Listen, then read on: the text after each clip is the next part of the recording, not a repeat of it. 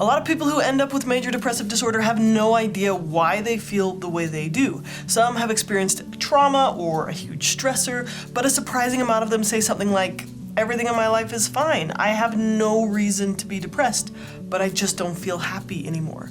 So here's my theory. Depression happens when tiny things, often unnoticed, add up over time and become overwhelming. Researchers have explored the brain's giving up circuit, which flips from, "This is hard, but I'm gonna keep trying," to, "This is pointless, I'm gonna give up." And when life feels too overwhelming, the nervous system reinforces shutdown and hopelessness.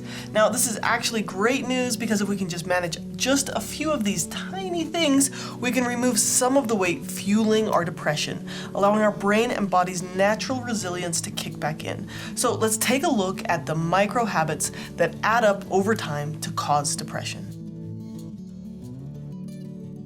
Depression isn't just about feeling sad, it's actually not being able to feel much happiness. Where does this come from? Usually someone who's been depressed has been hurt so many times that it's easier to expect the worst than to hope for the best and be disappointed. Over time, this warps into downplaying anything good that happens. It can look like dismissing wins. So sure, I got out of bed and I went to work, but anyone could do that. Or it can look like rejecting compliments. "Oh, they're just being nice." Or downplaying the positive. "Oh, I got a raise, but with inflation, it doesn't matter." Or discounting something beautiful like, "Oh, what a pretty sunset." Probably just pollution, right? Dismissing the positive is an attempt to prevent hurt, to numb, to avoid feeling instead of to feel both joy and sadness.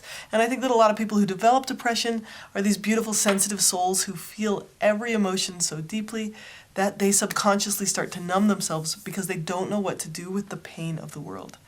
By constantly rejecting positivity, we train our brain to ignore the good and focus only on the negative.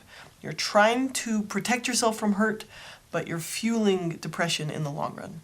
Okay, let's talk about another micro habit that fuels depression. How do you treat yourself when you've made a mistake? Do you berate yourself for not being perfect? Do you say things like, "I'm such an idiot, I'm such a loser, what's the matter with me?" This is a reflex. Maybe you even think that it's helpful, like if you yell at yourself enough, then you'll be motivated to be better. And I would say, how's that working for you? Usually this backfires. Many people believe that self-criticism motivates improvement, but research shows it actually fuels shame and inaction. The problem is when you experience pain, you respond in a way that fuels more pain instead of healing and self-compassion. Okay, next one. Another really common way that we accidentally fuel depression is how we respond to our feelings. People with depression often have a subconscious habit of blaming yourself for having emotions. So for example, you say, "Oh, I feel guilty for being depressed. I'm weak for having anxiety. I should just get over this." These judgy thoughts pile extra negativity on normal emotions, making them harder to process in a healthy way. And if you do this over and over, eventually it's going to add up and your little shutdown circuit is going to flip the switch to depression. Okay, depression often brings a habit of withdrawing from life. So you switch from connection to withdrawal. The brain thinks if I just avoid difficult situations, I won't get hurt. And over time, this avoidance fuels loneliness and isolation. It might look like avoiding opportunities, like, "Oh, why enter the art competition if I might not win?" Or canceling plans. "They wouldn't want to see me if I'm feeling down." Or not reaching out. "Oh, if they cared, they'd message me first." If you repeat this pattern over and over again, you get stuck in a cycle of withdrawing and feeling worse. So when you feel bad, you withdraw more. And it's just this tiny habit that fuels a cycle that's hard to get out of. Okay, here's the next habit, numbing behaviors. Bottling up emotions is our parents' generational coping skill. They might have said things like, "No one wants to hear it. Put on your big girl panties." I heard one guy describe this as just shoving all your emotions into a mental trash can, but then you have to carry that around. So instead of dealing with emotions, do you turn to distractions? Like, oh, if you're feeling stressed, do you eat something to feel better? Or if you're feeling tired, hurt, or overwhelmed, do you look at your phone? If you have a stressful problem, do you avoid it, right? If you feel like you're never good enough, do you become a workaholic to suppress those feelings? People with depression often get trapped in a cycle of trying not to feel bad or trying to feel happy, and research shows that this has much poorer outcomes than learning to work through problems. When we were kids and didn't have the skills to solve a problem, our parents may have responded to our emotions by distracting us with a show or giving us a snack. Essentially, just more of these numbing behaviors. But now that we're adults, we can learn the skills to face our problems and to build up the skills to solve them instead of avoiding them. Okay, and the opposite side of numbing is rumination. This is overthinking the past. This is where you're replaying mistakes, dwelling on injustices, you're spiraling about what could have been. All of this fuels depression. The brain mistakes this for problem solving, and that's why it keeps doing it, but it actually keeps you stuck.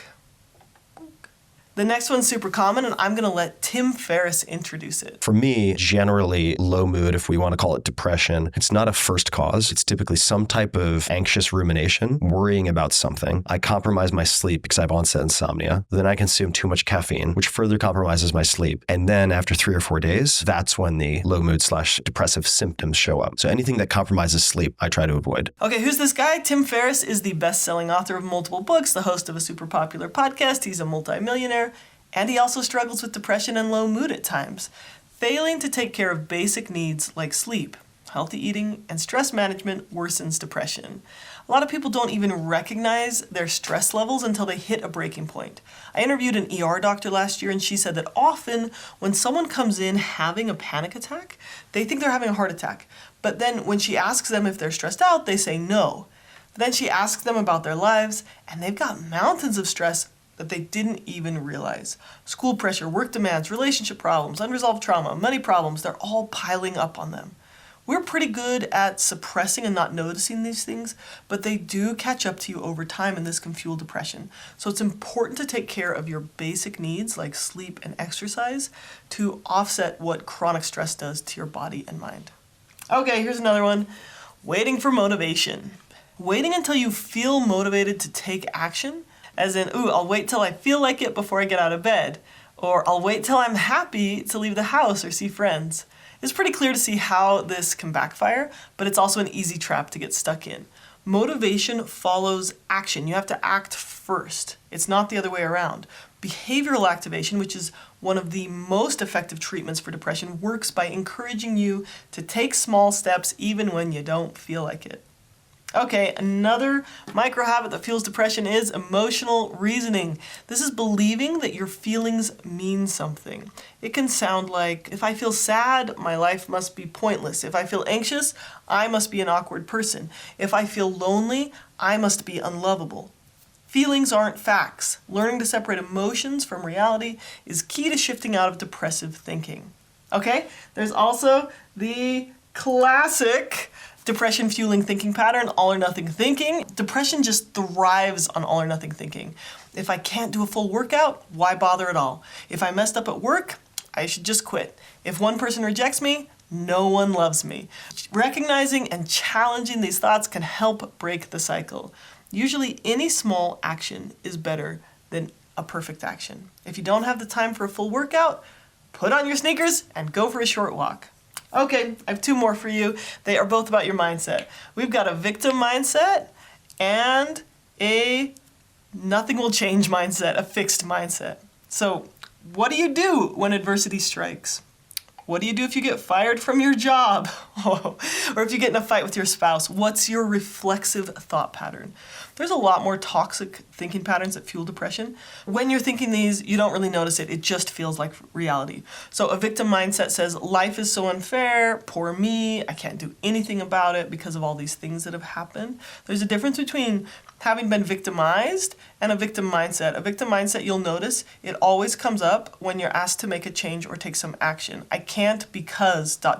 is very different from saying, this thing happened to me. Okay?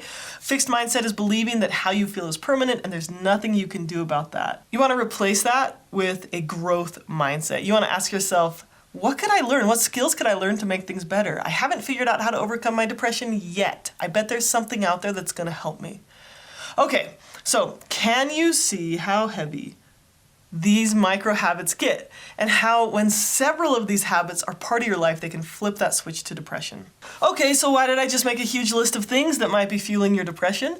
Well, when you can recognize them, you can change them.